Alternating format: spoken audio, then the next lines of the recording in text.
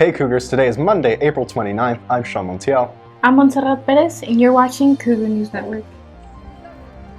A thrilling sight across the day's sky, a total solar eclipse. Find out how students celebrated this celestial event. Getting stuck for a good cause. See how students are getting real-life experience to help their future careers. Another sports season comes to an end. A recap of Franklin's baseball and softball season.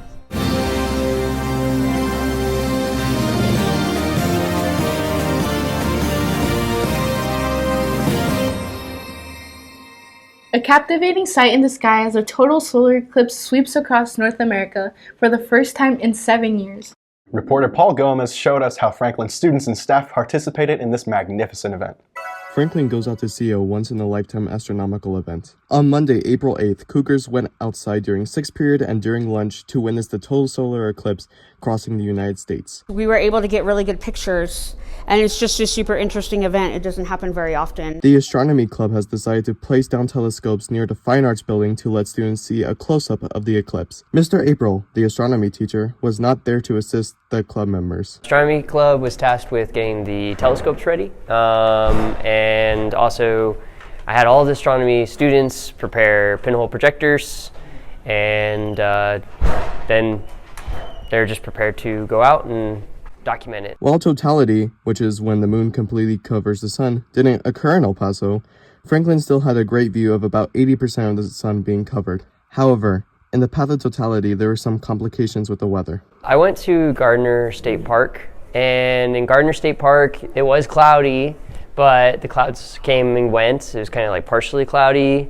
so I was able to witness parts of the eclipse. I was able to see totality. Students who viewed the eclipse using glasses or other devices shared their experience of the event. It was a pretty fascinating thing that one of my friends was able to give me a pair of glasses, and I think without him I probably wouldn't have witnessed it at all. It was really cool because I had never seen one in person before. Several more eclipses will occur in the following years.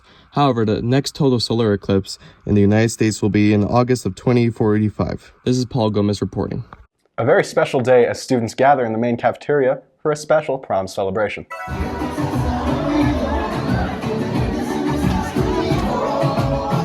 This prom happened in the main cafeteria on Friday, April 19th during 4th period.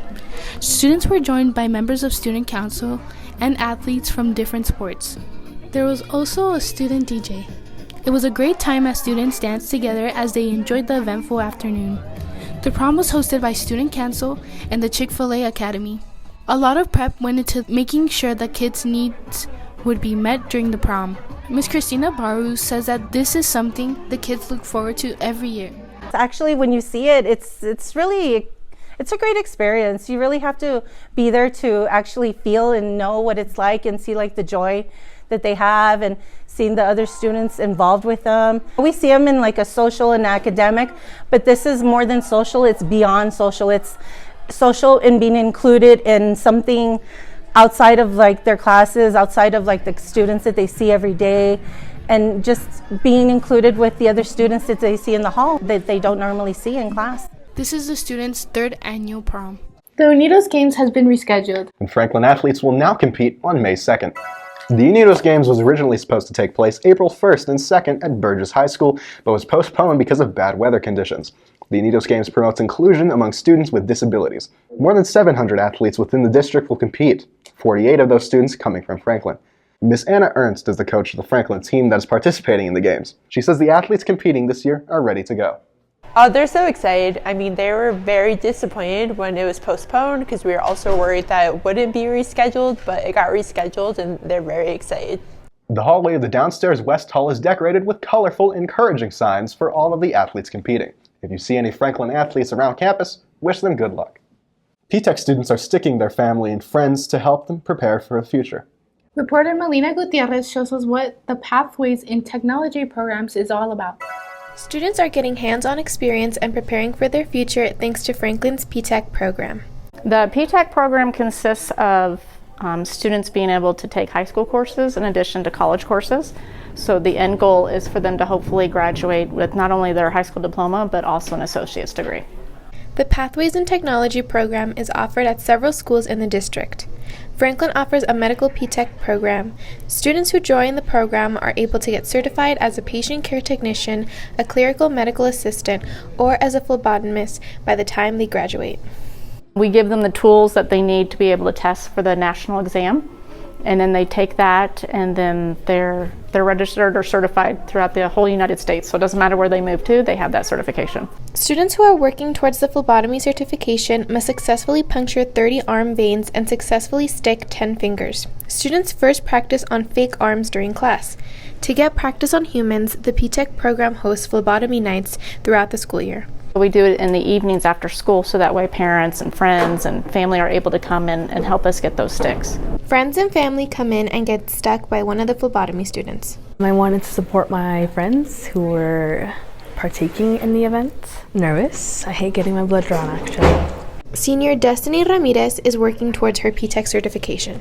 I'm a student who's training to be a phlebotomist and get certified in it so we can go out into the real world right after high school and end up working in clinics or hospitals or anything as a phlebotomist instead of having to go to college and get the certification through there. Destiny says she knew she wanted to be part of the P-Tech program as a freshman. It was very easy for me to decide that I wanted to come into the medical program that Franklin offered because I always wanted to do something in the medical field. I just wasn't sure as to what yet. Destiny says practicing on her family has been very helpful. Starting off doing my first couple sticks hands-on on my family members, it just provided me like a sense of comfort rather than me going out into the real world, not knowing how to do anything and sticking a random stranger. Students interested in applying for the P-Tech program can do so on the Franklin website. The program is possible through a partnership with the El Paso Community College. This is Melina Gutierrez reporting. Franklin is hosting one of its annual blood drives tomorrow. To donate, you must be 16 or older, weigh at least 110 pounds, and eat well before the blood drive. If you're 16 years old, you must pick up a parent permission slip in West 111 before the blood drive. You will not be allowed to donate if your permission slip is not signed. Donating blood can help save lives.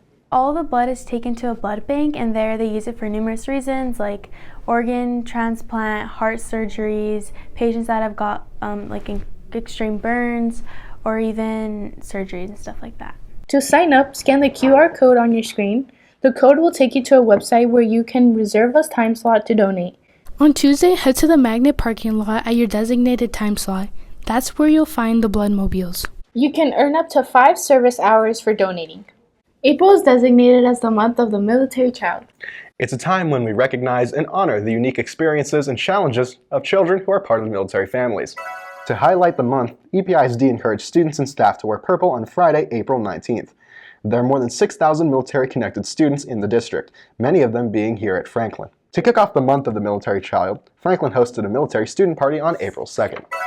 April marks the month of the military child, and Franklin's military liaison got hard to work to plan a celebration for the entire school. Bringing in just about all divisions of the armed forces, Ms. Giselle Picorni had her work cut out for her. This has been planning almost for 4 months, so we do have help from the school. The only challenge that I've encountered really is the actual military partners, our military contacts. They need to have their own paperwork, their own, processes. That our partners are very committed to us, and they are trying to provide us with different, exciting and unique, supplies from their own military installation.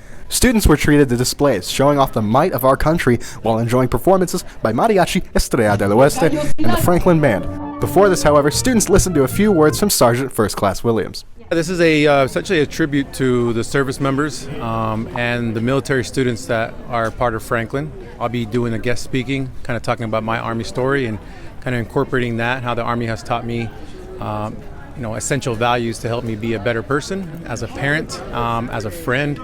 And so I'm going to kind of discuss, what those things are in the military, a little bit about my career as I did in the military, and essentially, how it's essentially, like I said, made me a better person.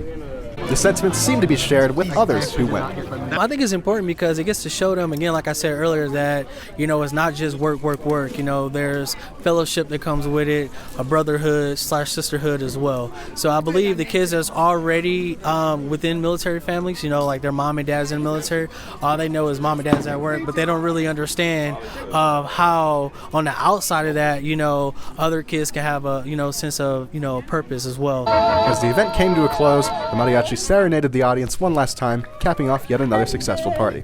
Sean Montiel, Cougar News Network.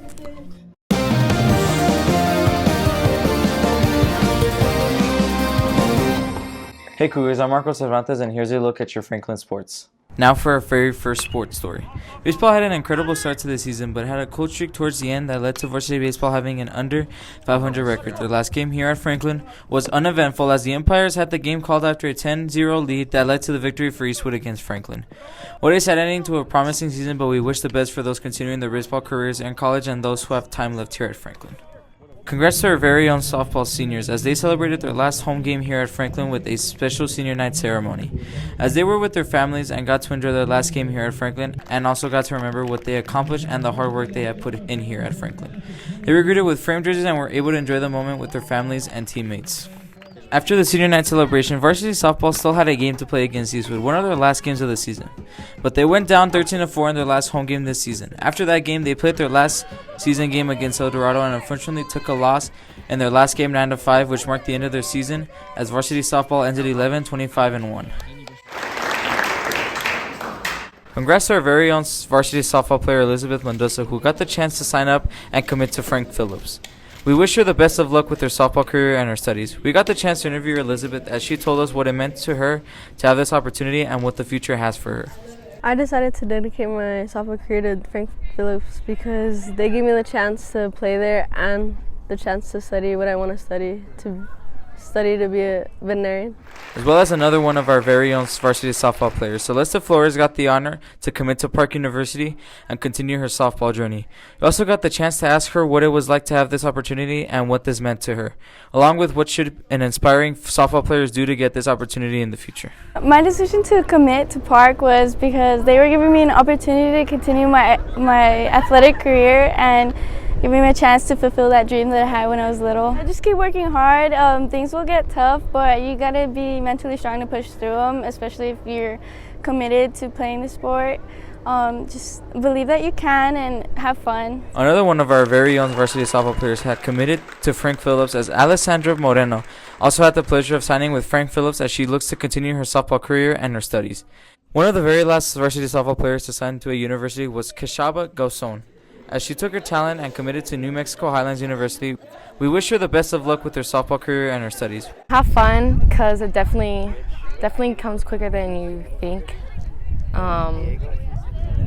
Yeah, take risk. You may never know what you can get out of it. That's it for your Franklin Sports. Now for the weekly weather report with Diego Valadez. Hi everybody, I'm Diego Valadez, and now for our weekly weather report. On Monday, we're looking at a sunny day, a high 83 and a low 50. On Tuesday, a high of 89 and a low 55. On Wednesday, a high of 87 and a low 59. On Thursday, a high of 84 and a low 58. Friday, a high of 86 and a low 60. And on Saturday, a high of 83 and a low 58 with slightly sunny conditions. Thank you for watching. I'm Diego Valadez. That's all for this week, Cougars. I'm Montserrat Perez. And I'm Sean Montiel, and thank you for watching Cougar News Network.